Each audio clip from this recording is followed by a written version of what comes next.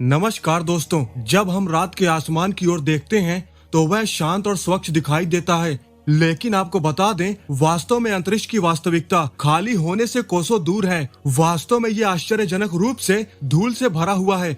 अब आप लोगों को आश्चर्य हो सकता है कि अंतरिक्ष एक विशाल वैक्यूम जैसा लगता है, तो फिर अंतरिक्ष में इतनी धूल क्यों और कैसे पहुंची? दोस्तों, आप मानो या न मानो, ये कॉस्मिक डस्ट ब्रह्मांड में एक महत्वपूर्ण भूमिका निभाती हैं और ये भिन्न भिन्न सोर्सेस से आती हैं। जिस ब्रह्मांड में हम रहते हैं उनमें बहुत सी ऐसी चीजें हैं जिसके बारे में हम अभी तक जानते ही नहीं।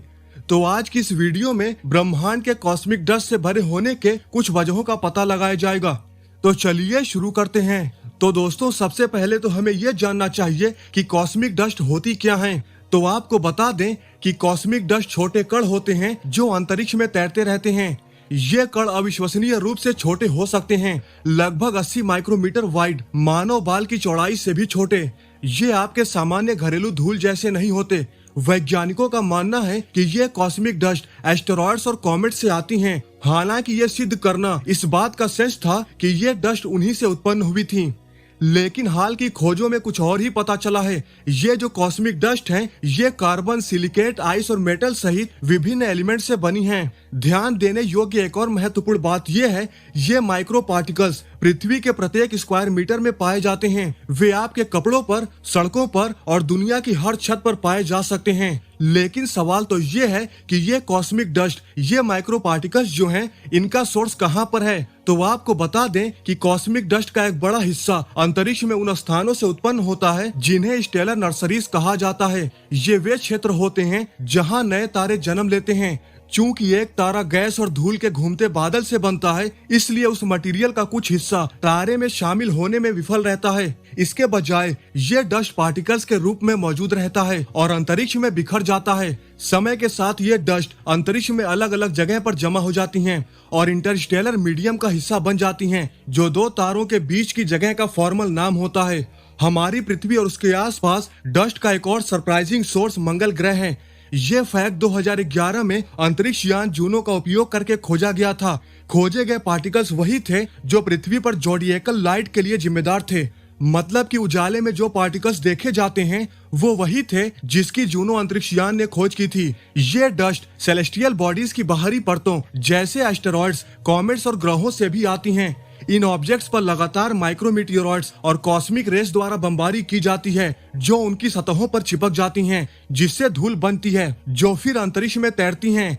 एक चीज और आपको बता दें, सितारे हमेशा शांति से चमकते नहीं रहते। वे सुपरनोवा नामक शानदार विस्फोटों में भी अपना जीवन समाप्त कर लेते हैं।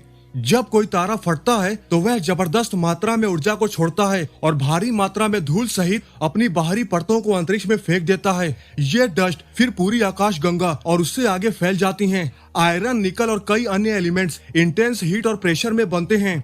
ये न्यूली फॉर्म्ड एलिमेंट्स स्टार्स और प्लैनेट्स की फ्यूचर जनरेशन के लिए बिल्डिंग ब्लॉक्स हैं। तो जैसे ही ये छोटे धूल के कण ग्रेविटी और इलेक्ट्रोस्टैटिक अट्रैक्शन जैसे फोर्सेस की वजह से टकराते हैं और एक साथ चिपक जाते हैं, तो वे बड़े गुच्छों का निर्माण करते हैं। ये गुच्छे अंततः एस्टेरॉयड्स, प्लैनेट्स और यहाँ तक कि चंद्रमाओं में भी विकसित हो सकते हैं। तो अगर देखा जाए तो ये कॉस्मिक डस्ट ब्रह्मांड का कच्चा माल है।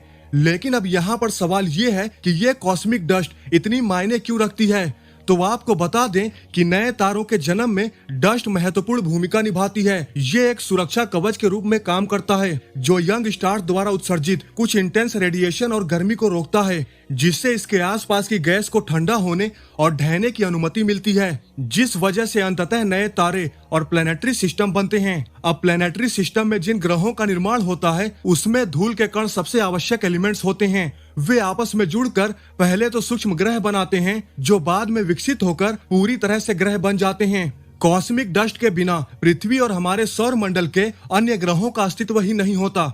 इन कॉस्मिक डस्ट में विभिन्न प्रकार के एलिमेंट्स और मॉलिक्यूल्स होते हैं, जिनमें से कुछ जीवन के बिल्डिंग ब्लॉक्स को तैयार करते हैं। जैसा कि हम जानते हैं, हमारी धरती इसका सबसे अच्छा एग्जाम्पल है। अंतरिक्ष में मौजूद धूल के कणों पर ऑर्गेनिक मॉलिक्यूल्स पाए जाते हैं, जिससे ब्रह्मांड में कहीं और जीवन की संभावना के बारे में दिलचस्प सवाल खड़े हो गए हैं। अगर इन धूल के कणों में पाए गए ऑर्गेनिक मॉलिक्यूल्स की वजह से हमारी धरती पर जीवन का विकास हुआ है, तो वैसे ही धूल के कण तो ब्रह्मांड में हर जगह फैले हुए हैं। तो जाहिर है ब्रह्मांड में कहीं और पर भी तो जीवन के होने की काफी संभावनाएं हो सकती हैं। अब अगर कंक्लूजन पे नजर डालें तो कॉस्मिक डस्ट भले ही छोटी हो सकती हैं, लेकिन ये समग्र ब्रह्मांड में एक बड़ी भूमिका निभाती हैं। ये वो चीज हैं जिससे तारे और ग्रह बने हैं और इसमें जीवन और ब्रह्मांड की उत्पत्ति का सुराग भी है।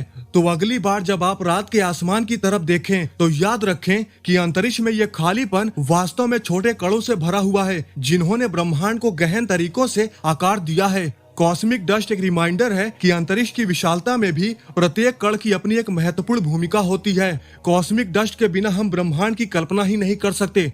इनके बिना ब्रह्मांड का वजूद ही नहीं हो सकता। इसलिए कभी अगर आपके मन में ये ख्याल आए कि ये छोटे कण हमारे लिए क्या ही मायने रखते हैं, तो आप जिस सतह पर पड़े हैं या हम जिस सूरज की रोशनी में आनंद ले रहे हैं या रात में जो हमें टिमटिमाते तारे दिखते हैं, उस पर आप एक बार जरूर गौर फरमाएं, क्योंकि इन्हीं छोटे छोटे कणों से मिलकर ये सभी चीजें बनी हैं। ये छोटे कण न होते तो आज ये ग्रह, उपग्रह और तारे तो क्या हमारा अपना खुद का भी वजूद नहीं होता, जो हम ये सोच पाते कि ये छोटे कण हमारे लिए क्या ही मायने रखते हैं। तो दोस्तों, आज की इस वीडियो में बस इतना ही। आई होप आपको ये वीडियो जरूर पसंद आई होगी। अगर आपको ये वीडियो पसंद आई है तो लाइक और शेयर करना न भूलें, और ऐसी ही इंटरेस्टिंग वीडियो देखने के लिए हमारे चैनल को सब्सक्राइब करना तो बिल्कुल भी न भूलें। तो मिलते हैं नेक्स्ट वीडियो में। जय हिंद।